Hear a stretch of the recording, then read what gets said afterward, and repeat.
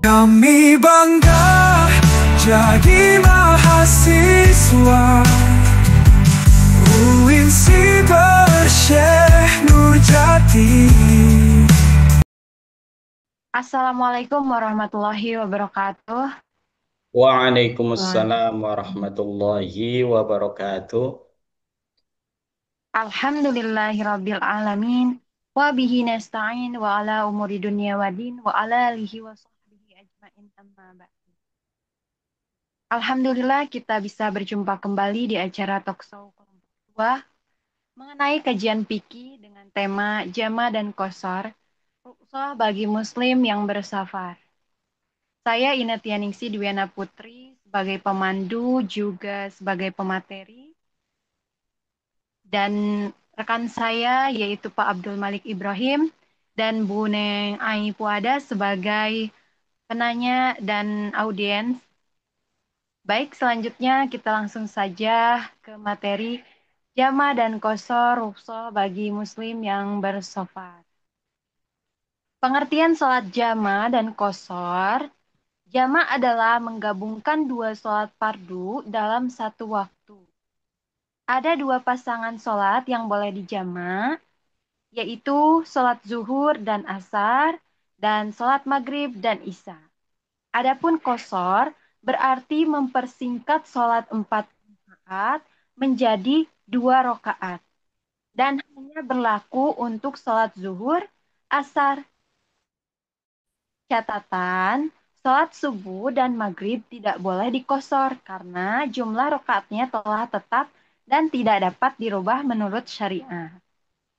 Dasar hukum jama dan qasar. Dasar hukum kebolehan qasar salah satunya terdapat dalam firman Allah Subhanahu wa taala dalam surah An-Nisa ayat 101. Dan sabda Rasulullah Shallallahu alaihi wasallam kepada Sayyidina Umar bin Khattab ketika ditanya tentang ayat tersebut. Hiya sodakotun tasodakallahu biha alaikum fakbalu sodakotah. Itu adalah sedekah kemurahan yang telah Allah berikan kepada kalian, maka terimalah sedekah itu. Hadis riwayat Muslim. Sedangkan dasar kebolehan jama diambil dari berbagai hadis yang menjelaskan bahwa Rasulullah suatu ketika menjama sholat antara zuhur dan asar, serta antara maghrib dan isya saat dalam perjalanan. Syarat-syarat sah melaksanakan qasar. Yang pertama, perjalanannya bukan untuk maksiat. Safarnya harus memiliki tujuan yang diperbolehkan seperti perdagangan, berziarah, atau menuntut ilmu. Yang kedua, jarak perjalanannya mencapai 2 marhalah, yaitu sekitar 84 km. Meskipun jarak tersebut dapat ditempuh dengan cepat menggunakan kendaraan modern saat ini, seperti pesawat. Yang ketiga, sholat dilaksanakan di waktu aslinya, waktu ada. Berniat qasar saat takbiratul ihram. Wajib dihadirkan di awal sholat. Apabila dihadirkan di tengah sholat, maka qasarnya tidak sah. Selanjutnya, tidak bermakmum kepada imam yang sholatnya sempurna 4 rakaat. Juga tidak bermakmum kepada imam yang status safarnya belum jelas. Tidak berniat menetap 4 hari atau lebih. Jika berniat tinggal selama 4 hari penuh, maka status musafirnya gugur. Belum sampai ke kampung halaman atau tempat tinggalnya. Catatan, apabila salah satu dari syarat tersebut tidak terpenuhi, maka tidak diperbolehkan melaksanakan qasar dan wajib sholat secara sempurna 4 rakaat. Syarat sah melaksanakan jama.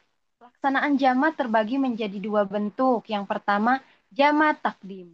Menggabungkan 2 sholat di waktunya. Sholat yang pertama seperti zuhur dan asar dikerjakan pada waktu sholat zuhur. Syaratnya dilaksanakan secara berurutan, zuhur terlebih dahulu, lalu asar. Berniat jama dalam waktunya sholat yang pertama, tidak ada jeda panjang di antara 2 sholat dalam pelaksanaannya. Keduanya dilakukan dalam waktunya sholat pertama. Yang kedua ada jama' takhir. Menggabungkan dua sholat di waktunya. Sholat yang kedua seperti zuhur dan asar dilaksanakan di waktu asar. Syaratnya yang pertama berniat menunda atau mengakhirkan pelaksanaan sholat pertama sebelum waktunya habis. Yang kedua, keduanya dilakukan di waktunya sholat yang kedua. Contohnya misalkan di sholat asar. Tata cara pelaksanaan jama dan kosor. Jika jama takdim sekaligus kosor, musoli orang yang sholat, niat sholat zuhur 2 rakaat dengan kosor karena safar. Setelah salam, langsung beranjak berdiri untuk menunaikan sholat asar 2 rakaat dengan niat jama takdim dan kosor. Tidak boleh ada jeda panjang antara pelaksanaan dua sholat tersebut. Jama takhir sekaligus kosor, yaitu musoli, orang yang sholat berniat menunda pelaksanaannya sholat zuhur ke dalam waktu asar. Di waktu asar, jika sudah tiba, ia melaksanakannya sholat zuhur 2 rakaat dengan kosor. Setelah itu, langsung melanjutkan sholat asar 2 rakaat. Kesimpulan, rukhsah adalah keringanan dalam sholat jama dan kosor menunjukkan bahwa Islam adalah agama yang memudahkan. Sebuah kaidah penting dalam fikih menegaskan kesulitan mendatangkan kemudahan. Sholat kosor adalah meringkas sholat 4 rakaat menjadi 2 rakaat. Sholat jama adalah menggabungkan dua sholat fardu dalam satu waktu. Keduanya merupakan keringanan rukhsah yang Allah berikan kepada hambanya yang sedang safar selama memenuhi syarat-syarat yang telah ditetapkan. Alhamdulillah. Baik, sesi selanjutnya yaitu tanya jawab yang akan diserahkan kepada Pak Abdul sebagai penanya pertama. Assalamualaikum warahmatullahi wabarakatuh. Waalaikumsalam warahmatullahi Baik Ibu Ine, terima kasih atas kesempatan dan penjelasan materinya yang telah dipaparkan. Pertanyaan pertama saya, mengapa hanya sholat zuhur, asar, dan sholat isya saja yang boleh dikosor? Sedangkan untuk sholat subuh dan maghrib tidak boleh. Demikian. Terima kasih atas pertanyaannya yang sangat bagus, Pak Abdul. Mengenai sholat yang boleh dikosor hanyalah sholat yang jumlah rokaatnya 4 rakaat, yaitu zuhur, asar, dan isya. Sedangkan untuk sholat subuh 2 rakaat dan maghrib 3 rakaat, jumlah rokaatnya itu sudah tetap sebagaimana ketetapan Rasulullah Shallallahu Alaihi Wasallam. Maka tidak boleh dikurangi lagi. Jadi sekali lagi hanya sholat 4 rakaat saja yang dapat dipendekkan atau dikosor menjadi 2 rakaat ketika kita sedang safar. Baik, ada pertanyaan lagi Pak Abdul? Ya, Ibu, selanjutnya terima kasih sebelumnya untuk jawaban dari pertanyaan yang pertama. Pertanyaan kedua saya, kalau seorang musafir dia berniat tinggal selama 4 hari di tempat tujuannya, apakah masih boleh kosor? Oke, baik. Pertanyaan Terima yang kasih, sangat Ibu. menarik ini Pak Abdul. Jika seseorang berniat menetap selama 4 hari penuh atau lebih, maka status musafirnya hilang. Artinya ia tidak boleh kosor dan wajib sholat seperti biasa 4 rakaat. Namun kalau berniat tinggal kurang dari 4 hari seperti 1 hari, 2 hari, maka masih tergolong musafir dan boleh mengkosor sholatnya. Ini sebagaimana dijelaskan dalam materi yang telah disampaikan bahwa niat mukim selama 4 hari atau lebih dapat membatalkan rukhsah safar. Baik, Pertanyaan Ibu. selanjutnya, Pak Baim. Ya, terima kasih atas jawaban pertanyaan kedua. Selanjutnya pertanyaan terakhir dari saya. Apakah boleh kita menjamak sholat tanpa disertai pelaksanaan qashar atau keduanya harus dilakukan secara bersamaan, Ibu? Terima kasih. Oke, baik. Terima kasih, Pak Abdul. Pertanyaan ini sering muncul ya dan sangat penting. Jadi seorang musafir boleh menjama tanpa qashar. Sholat jama menggabung dua sholat dan qashar memendekkan atau meringkas rokaat. Ada dua keringanan atau rukso yang bersifat masing-masing. Musafir boleh hanya menjama sholatnya saja. Misalnya zuhur dan asar dilakukan bersama-sama tetapi tetap masing-masing dari keduanya rokaat. Atau boleh saja sholat zuhur 2 rakaat, asar 2 rakaat tanpa dijama. Jadi tidak harus dilakukan secara bersamaan tergantung kebutuhan orangnya ya atau musafir tersebut. Baik, terima kasih Pak Abdul atas pertanyaan-pertanyaannya yang mudah-mudahan terjawab ya. Baik, kepada Bu Neng Bu Ada sebagai penanya kedua boleh menyampaikan pertanyaannya. Assalamualaikum warahmatullahi wabarakatuh. Waalaikumsalam Waalaikumsalam. warahmatullahi wabarakatuh. Baik Bu Ine, terima kasih banyak atas waktunya. Pertanyaan perdana saya yaitu jika seorang musafir menjadi makmum kepada imam yang mukim, apakah masih diperbolehkan qashar?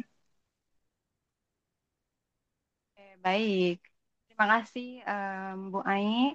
Pertanyaan yang bagus sekali. Apabila seorang musafir bermakmum kepada imam yang mukim, maka ia wajib mengikuti imam dan tidak boleh qashar. Sebab Rasulullah SAW bersabda, sesungguhnya orang imam dijadikan untuk diikuti. Jadi makmum musafir harus menyempurnakan 4 rakaat sebagaimana sholat imam mukimnya.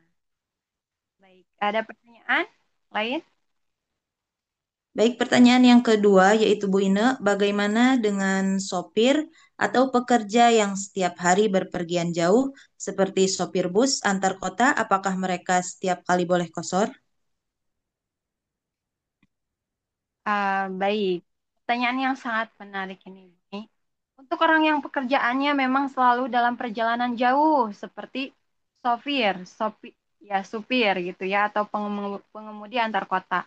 Maka selama mereka masih di luar daerah tempat tinggalnya, mereka tetap tergolong musafir. Jadi setiap kali berpergian dengan jarak minimal sekitar 84 kilometer dan belum berniat menetap, mereka boleh mengkosor dan menjamak sholat. Namun ketika sudah sampai di rumah atau berniat tinggal lama di suatu kota, maka status musafirnya berakhir. Terima kasih. Ada pertanyaan selanjutnya, Bu? Ya baik, terima kasih Bu Ine. Pertanyaan terakhir saya yaitu, apakah hikmah di balik adanya rukhsah jamak dan qashar? Terima kasih. Pertanyaan yang luar biasa untuk menutup sesi ini. Hikmah dari rukhsah, jamak, dan qashar adalah rahmat dan kasih sayang Allah Subhanahu wa Ta'ala kepada hambanya. Sofar biasanya melelahkan dan menyulitkan seorang ya untuk beribadah tepat waktu dan tidak maksudnya kurang memungkinkan ya.